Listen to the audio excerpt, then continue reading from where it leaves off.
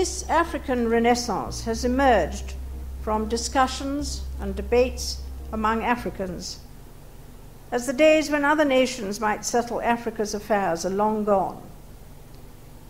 There is no clearer reminder of this than the 100th anniversary this year of the start of the Anglo-Boer South African War. It is fitting that we should remember that tragic chapter in the history of both our countries. We should remember with sadness the loss of life and suffering not only of British or Boer soldiers, but of all those caught up in the war, black and white, men, women, and children. No one who reads of the distressing conditions in the detention camps, which held both white and black detainees, could fail to be moved even today, 100 years later. It is surely right that we commemorate the centenary of this war in a spirit of reconciliation. It is important not to forget even painful events in our shared history. But it is better still to find encouragement in the close ties which bind our two countries together. These ties find their expression in so many ways. Some are obvious and well known: our strong commercial and investment links, the number of our people who feel at home in Johannesburg and London, Cape Town and Glasgow, Durban and Brighton, and our sporting relationship.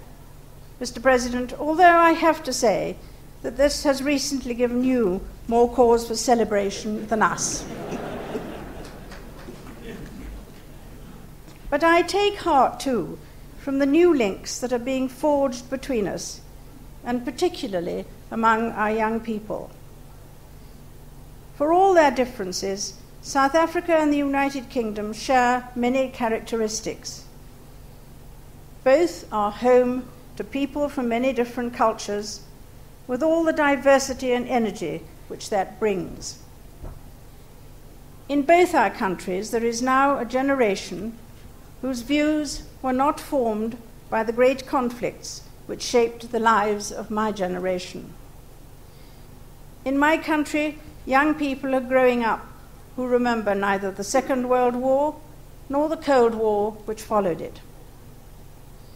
In South Africa, there are young people who were too young to be involved in the worst years of struggle. They see the world differently. That does not mean that they have nothing to learn from their elders, particularly about the value of democratic freedom.